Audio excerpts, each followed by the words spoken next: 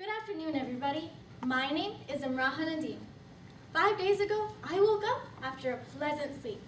Just like every other day, I was checking my iPod for any new updates, texts, or emails. But then, something caught my eye.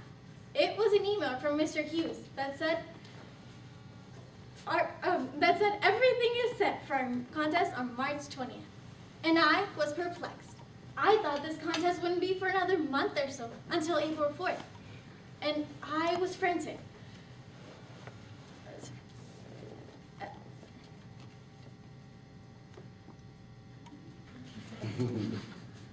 This is how frantic I was.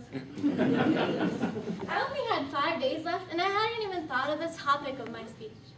I was about to give up on something that I love to do. But then I realized this is just another obstacle in my life, and I needed to overcome that obstacle. And that is the topic of my speech: how my optimism helps me overcome obstacles. To prove that optimism really is helpful in everyday life, we can use Rotary's 4-way test. Through this, we can see how optimism leads to success and why it is so important for us to see the glass half full instead of half empty. First, is it the truth? Well, for one, I'm standing here right now giving my speech, so it must have helped me somehow. But let's think of some other obstacles that many of us face. For us teenagers, something that we can't live without are our phones. Every now and then, though, horrific things happen. We run out of battery, or we don't have bars. We have all had that mini heart attack when we can't feel our phone in our pocket. But then, if we think optimistically, we realize that this is just another opportunity for us to actually interact with each other. And through that, we can even gain more confidence. Now, for the adults here, you all probably face more dramatic obstacles than we do. For example, something that's really common right now is unemployment. That causes hardship and chaos for many families. But if we think of this optimistically, just think of it this way. When someone is unemployed, they're at home more often, right? That extra time at home can help create more family bonding. And strong families have the ability to withstand even the biggest obstacles. In both scenarios, we see that it is true. Optimism can help us overcome our obstacles. Secondly, is it fair to all concerned? Since many of us contestants here are only teenagers, I don't think we have faced the true hardships of the world. Our parents are taking care of us. If we have too much homework and no time to eat, our mom can just bring the food to us. If we have to go to soccer practice or somewhere else, our dad can just drive us there. Even after the many times that we disrespect them, they always forgive us and are always there for us no matter what. But still, even after all these blessings, I think many moms and dads here would agree with me that they oftentimes hear the sentence, "Aw, that's not fair." But do we hear ourselves? The fact that we're saying that's not fair to our own parents is unfair to them. We take so many things for granted that we don't even see the numerous blessings that are bestowed upon us. Just think for a moment. I'm able to stand on my feet.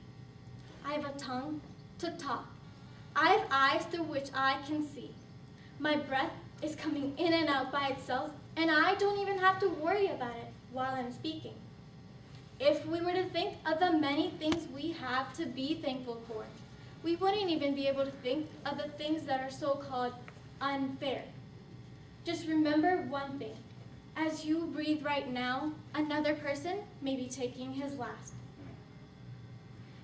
Thirdly, will it build goodwill and better friendship? When it comes to friendship, it should be a no-brainer that you want to surround yourself with positive people instead of negative ones. Optimistic people are always there for you when you need them. You won't have to beg for their help because chances are they will already be there. Optimism not only helps us create a better world and better goodwill and better friendship, but it also helps us create a better world. And lastly, will it be beneficial to all concerned? Like I said earlier, we have so many blessings to be thankful for. One of those blessings is a simple smile. A smile is the most effective way to be optimistic because it's easy and contagious. To frown, it takes 48 muscles, while it only takes 17 muscles to smile. Okay, now I'm going to ask you to do something for me. On the count of 3, everybody smile to the person sitting next to you for 2 seconds. Ready? 1, 2, 3.